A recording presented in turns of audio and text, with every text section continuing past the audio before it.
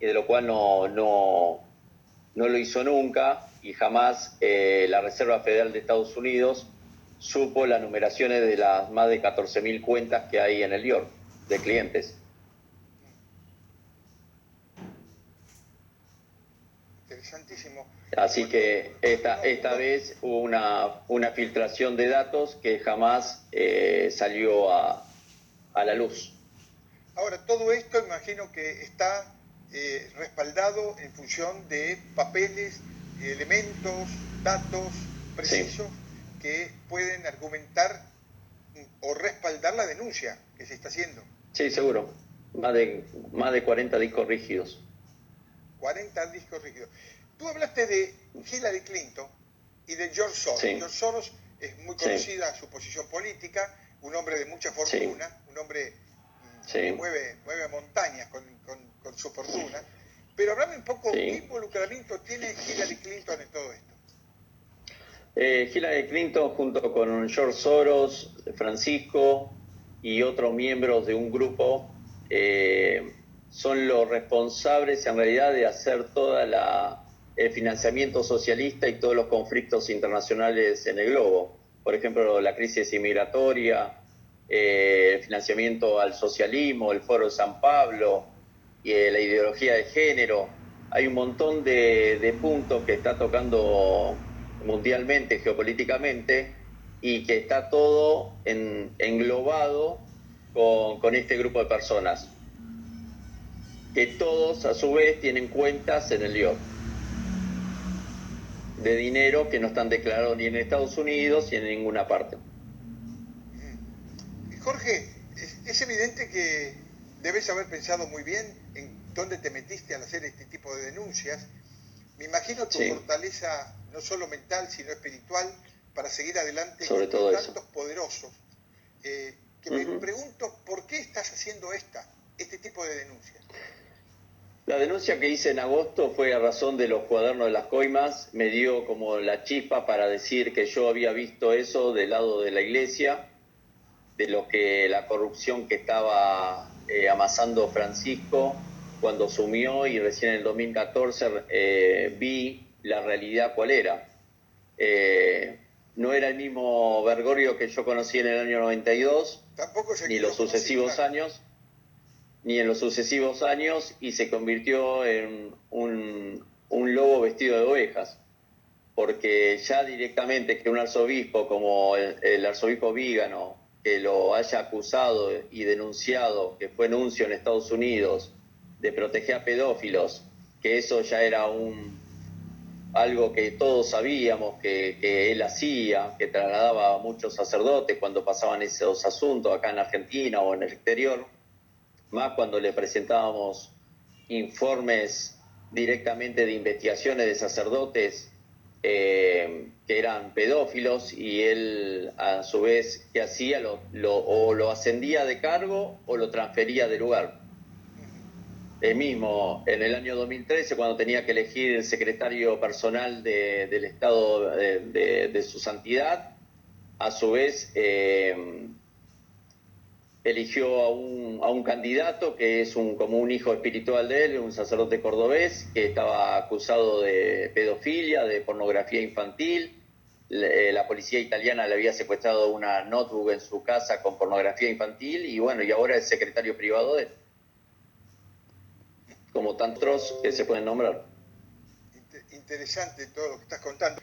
Me imagino que estoy hablando de Monseñor, de hacer esto público e iniciar una demanda porque tenés el sustento de información respaldada por algo concreto. Obvio.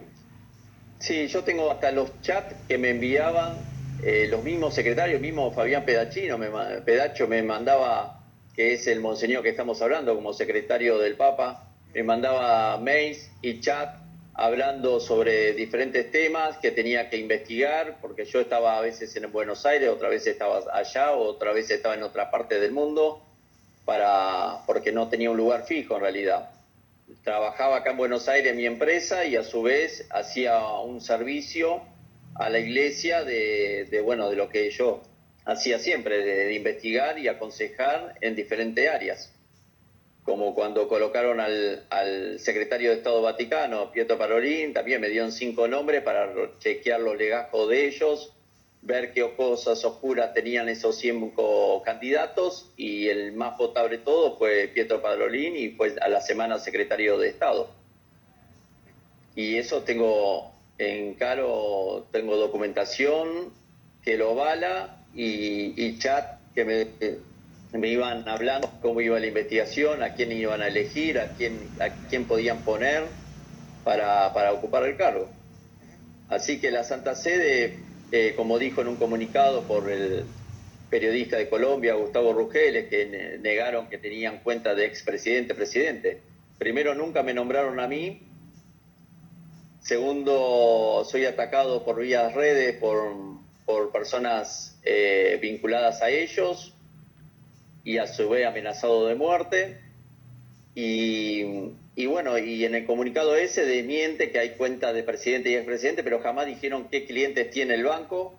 Tampoco nombraron al que firmó la boleta de depósito de esos millones de santos y de todos los presidentes y ministros y familiares, que hay dinero en el IOR. Y bueno, después, cuando saqué un nuevo comunicado que salió también en enero, tampoco salieron a decir nada. O sea que el que calla otorga. Y yo toda la documentación que tengo está avalada. Si no, no hubiera salido a hablar, no soy ningún loco ni mitómano para decir estas cosas. Salvo porque sé muy bien cómo se mueve. Si ya te presentaste ante la justicia, si has sido convocado por la justicia para hacer declaraciones al respecto. Me presenté, en agosto me presenté como testigo, después pasé como denunciante. Ahora el expediente lo tiene el juez Bonadío bajo una causa cerrada con NN. Yo estoy con custodia policial. Así que bueno, yo, mientras la justicia argentina y todas las justicias que me llaman desde Estados Unidos por temas de pedofilia, por ahora temas también bancarios, desde Colombia y demás, yo me presento y presento las pruebas que tengo. De todo lo que ellos necesiten, yo seguro que algo tengo. Documentación o algo tengo. Dime, Jorge, ¿has recibido algún tipo de amenaza, algún tipo de hostigamiento? La primera amenaza que recibí fue de un capellán de la Policía Federal de Argentina. Bien. Ya directamente por un chat, por Facebook, a nombre de, que es obvio que vino directamente de allá, porque es muy conocido al estar al lado de Francisco. Y bueno, esa fue la primera amenaza. El Vaticano. Del círculo íntimo de Francisco. Y después, bueno, amenazas de muerte vía redes, y la última amenaza fue por vía correo, una foto mía en una ceremonia con un punto negro en la frente. Bien amenazante. Bien, como Nisman. ¿Sentís miedo? No, yo sé que nuestro Señor Jesucristo me está protegiendo. Sé que todo esto tiene que salir a la luz, como decía San Juan, la verdad os hará libre. Sé que la hipocresía de la iglesia se tiene que terminar. Somos muchos los que sabemos esto, muy pocos podemos hablar. Por ejemplo, como te decía, el arzobispo Vígano también está escondido, amenazado de muerte por los testimonios que dio y por acusar al Papa de corrupto y de proteger a pedófilos.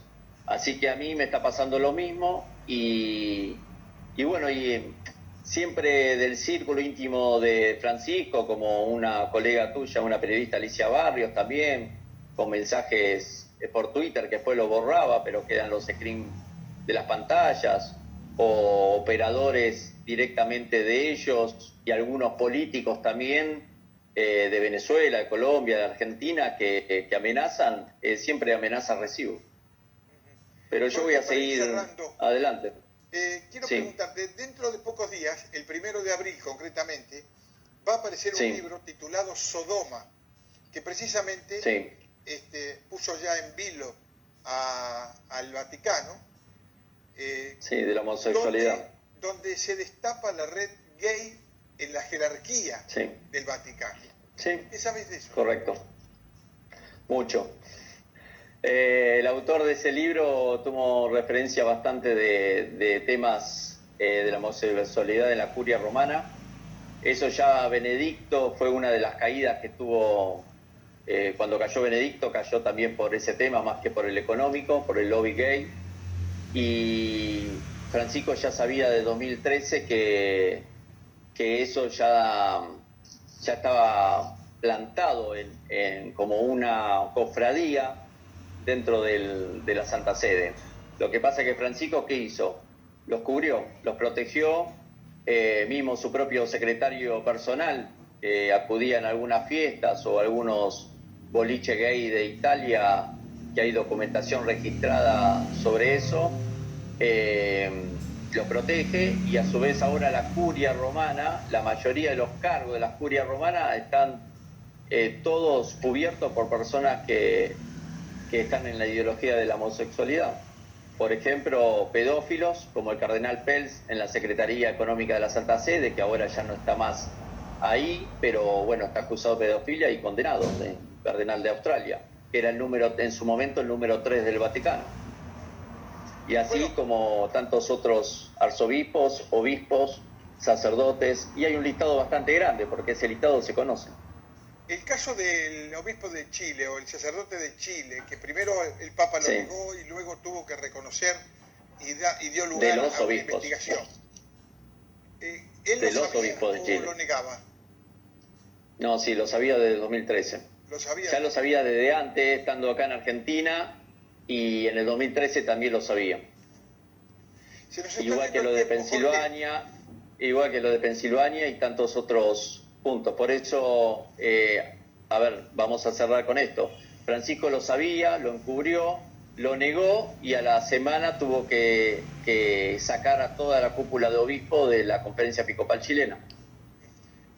Una última Así pregunta. ¿Tú fuiste testigo Dime. del proceso donde en su momento Jorge Bergoglio sufría el ninguneo de los Kirchner? Sí. Y luego pasó a ser lo que es hoy un enamorado de los Kirchner. Lo hemos visto cada vez que lo Correcto. recibe a Cristina con toda la sonrisa, cuando recibe a Macri es todo enojo, todo molestia. Sí. Bueno, en ese periodo viviste yo ese trabajaba cambio?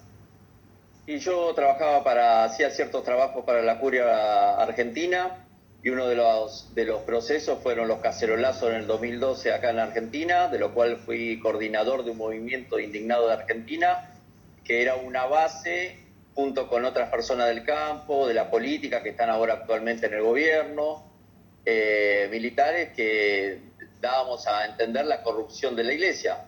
De mi parte, yo estaba por el lado de la Iglesia, por un mandato directamente de Bergoglio.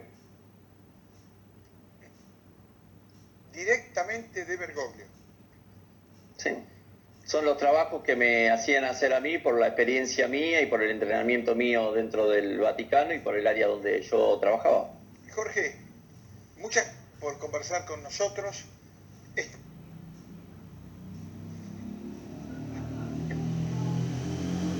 No te escuché en la última parte, se me cortó la comunicación. Todo lo que denuncias. Sí. ¿Si estoy convencido? Sí, estoy convencido, y que la verdad tiene que salir a la luz. Que cada persona, acá lo importante es no perder la fe, porque la fe no se pierde porque uno cree en Cristo, cree en su iglesia y en sus mandamientos. Acá lo importante es descubrir que las personas que usan a la iglesia como un medio de corrupción sean puestos a la luz y que se sepa la verdad.